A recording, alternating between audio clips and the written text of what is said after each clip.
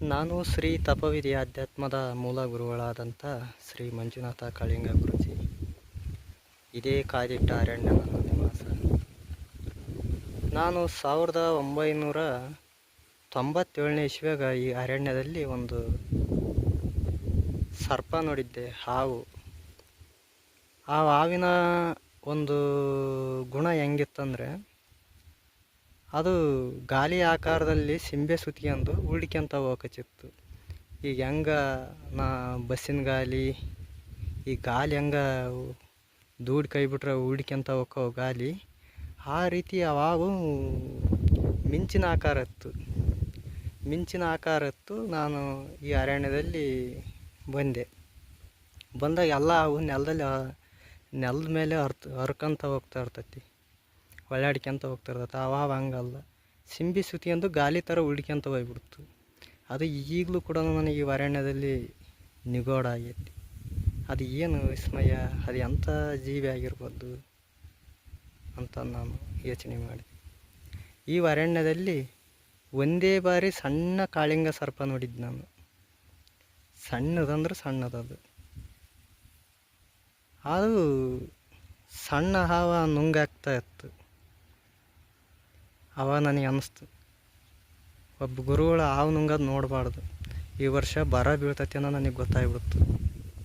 ಆ ವರ್ಷ ಬರಗಾಲ ಬಿದ್ದೇ ಬಿಡ್ತು. ಹಾಗೆ ಈ ಕಾಯ್ದಿಟ್ಟ ಈ ಅರಣ್ಯದ ಸಂಪತ್ತು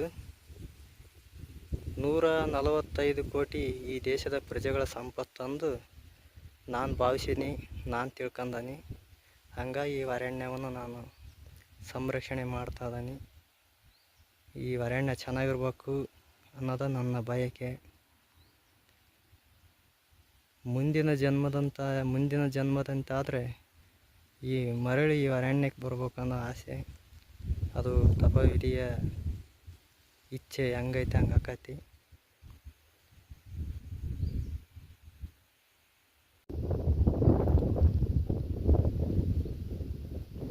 ಈ ಕಾಯ್ದಿಟ್ಟ ಅರಣ್ಯದಲ್ಲಿ ಹಾವುಗಳು ಭಾಳ ಕಡಿಮೆ ಇರ್ತಕ್ಕಂಥದ್ದು. ಇಲ್ಲಿ ಹಾವುಗಳ ಸಂಖ್ಯೆ ಯಾಕೆ ಕಡಿಮೆ ಆಗಿದೆ ಅಂದರೆ, ಬೇಸಿಗೆ ಕಾಲದಲ್ಲಿ ನವಿಲುಗಳೇ ಸಣ್ಣ ಪುಟ್ಟ ಹಾವುಗಳನ್ನ ತಿಂದಾಕಿಬಿಡ್ತಾವೆ. ಹಾಗಾಗಿ ಇಲ್ಲಿ ಹಾವಿನ ಸಂಖ್ಯೆ ಭಾಳ ಕಡಿಮೆ. ಉಡುಗಳ ಸಂಖ್ಯೆ ಹೆಚ್ಚಿಗೆ, ಮಲ ಇತ್ಯಾದಿಗಳು ಜಾಸ್ತಿ ಪ್ರಾಣಿ ಪಕ್ಷಿಗಳು ಇರ್ತಾವೆ. ಇಲ್ಲಿ ಇನ್ನೊಂದೇನೆಂದರೆ, ಈ ಅರಣ್ಯದಲ್ಲಿ ಚಿರತೆ, ಕತ್ತೆಕಿರುವ ಇಂಥ ಪ್ರಾಣಿಗಳು ವಾಸವಾಗ್ಯಾವು. ನನಗೆ ಗೊತ್ತಾದ ಹಾಗೆ 1995ನೇ ಇಸ್ವಿಯಿಂದ ಇಲ್ಲಿ ಈ ಅರಣ್ಯದಲ್ಲಿ ನಾನು ಹಸುಗಳನ್ನು ಮೇಯಿಸೀನಿ. ಎಂದೂ ಕೂಡ ಈ ಅರಣ್ಯದಲ್ಲಿ ನಮ್ಮ ಹಸುಗಳ ಮೇಲೆ ದಾಳಿ ಮಾಡಿಲ್ಲ. ಎಂದಿಗೂ ಚಿರತೆ ಆಗಲಿ, ಕತ್ತೆಕಿರುವ ಆಗಲಿ ಈ ಅರಣ್ಯದಲ್ಲಿ ದಾಳಿ ಮಾಡಿಲ್ಲ. ನನ್ನ ಅನುಭವದ ಪ್ರಕಾರ ಒಂದು 20-25 ವರ್ಷ ಈ ಅರಣ್ಯದಲ್ಲಿ ಹಸುಗಳ ಮೇಯಿಸಿ, ಆದರೂ ಕೂಡ ಎಂದಿಗೂ ಹಸುಗಳ ಮೇಲೆ ದಾಳಿ ಮಾಡಿಲ್ಲ. ಈ ಅರಣ್ಯದಲ್ಲಿ ಸಾಕಷ್ಟು ವನಸ್ಪತಿ ಇತ್ತು.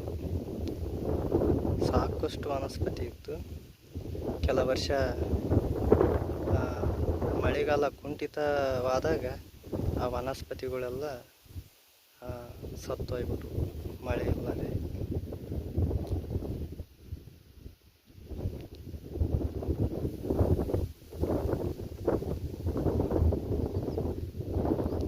ಇದು ತಪವಿಧಿಯ ಕಾಯ್ದಿಟ್ಟ ಅರಣ್ಯ.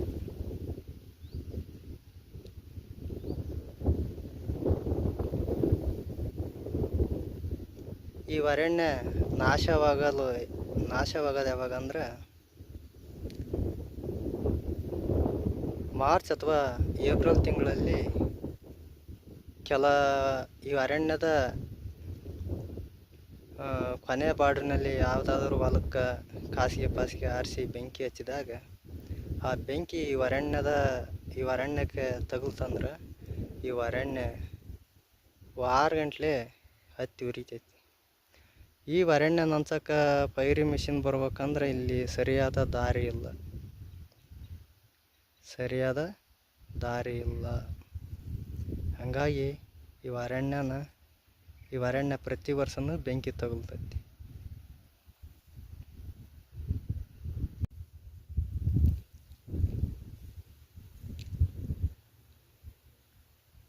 ಈ ಅರಣ್ಯ ಸಾಕಷ್ಟು ಅಭಿವೃದ್ಧಿ ಹೊಂದಿತ್ತು. ಅಂದರೆ ಈ ಅರಣ್ಯ 1999 ಸಾಲಲ್ಲಿ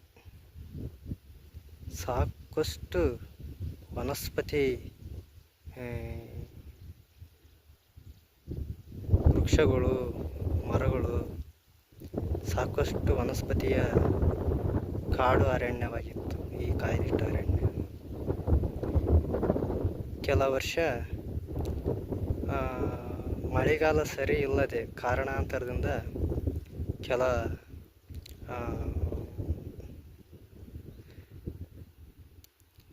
ಸಣ್ಣ ಇರ್ತಕ್ಕಂಥ ಸಸಿಗಳು, ಈ ಸಣ್ಣ ಸಸಿಗಳಂದ್ರೆ ಈ ಕಾಡು ಬಾಳೆ, ಕಾಡು ಅರಿಶಿಣ, ಇಂತಹ ವನಸ್ಪತಿ ಇರ್ತಕ್ಕಂಥ ಒಂದು ಅರಣ್ಯವಾಗಿತ್ತು. ಈ ಅರಣ್ಯದಲ್ಲಿ ಯಾವುದೂ ಇಲ್ಲ.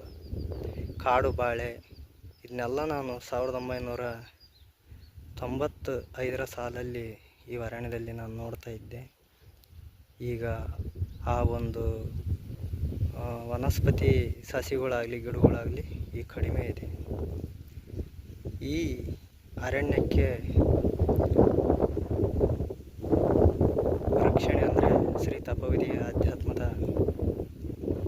ಮೂಲ ಗುರುಗಳಾದಂಥ ಶ್ರೀ ಮಂಜುನಾಥ ಕಳಿಂಗ ಗುರೂಜಿಯವರ ಈ ಅರಣ್ಯಕ್ಕೆ ರಕ್ಷಣೆ ನೀಡ್ತಕ್ಕಂಥದ್ದು, ಈ ಅರಣ್ಯಕ್ಕೆ ಕಾವಲಿರ್ತಕ್ಕಂಥದ್ದು.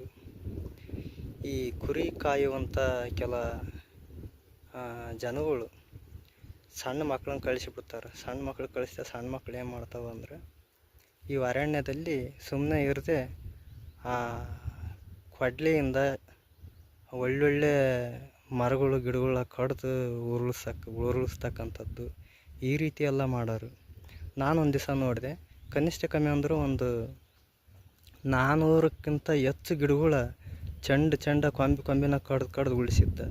ಆವಾಗ ಅವನಿಗೆ ನಾನು ಬಂದು ಪ್ರಶ್ನೆ ಮಾಡಿದೆ, ಈ ಮರಗಳ್ಗೆ ಚಂಡ ಕೊಂಬಿ ಕಡ್ದು ಉಳಿಸ್ತೀಯಲ್ಲ, ಹೆಂಗಪ್ಪ ಹಿಂಗೆ ಮಾಡಿದ್ರೆ ಅರಣ್ಯ ಯಾಕೆ ನಾಶ ಮಾಡ್ತಿದ್ದಿ ಅಂತ ಪ್ರಶ್ನೆ ಮಾಡಿದಾಗ, ಇಲ್ಲ ಸುಮ್ಮನೆ ಕಡ್ದು ಉಳಿಸಿದೆ ಅಂದ. ನಾನು ಅವನಿಗೆ ತಿಳುವಳಿಕೆ ಹೇಳಿ, ಈ ಅರಣ್ಯ ನಾಶ ಪಡಿಸೋದಾದ್ರೆ ಕುರಿಗಳ ಈ ಅರಣ್ಯದಾಗ ಹೊಡ್ಕೊಂಬರ್ಬೇಡ್ರಿ, ಇಲ್ಲಾಂದ್ರೆ ನಿಮ್ಮ ಮೇಲೆ ಕೇಸ್ ಆಕತಿ, ಕಾನೂನಿನ ಒಂದು ಅರಿವು ಮೂಡಿಸಿದೆ. ಅವಾಗಿಲಿಂದ ಆ ವ್ಯಕ್ತಿಗಳು ಈ ಅರಣ್ಯದ ಮೇಲೆ ದಾಳಿ ಮಾಡೋದು ನಿಲ್ಲಿಸಿದರು. ಹಿಂಗೆ ತಪ್ಪು ಮಾಡೋದು ಸಹಜ, ಆದರೆ ತಪ್ಪು ತಿದ್ಕೊಂಡು ಹೋಗ್ಬೇಕು.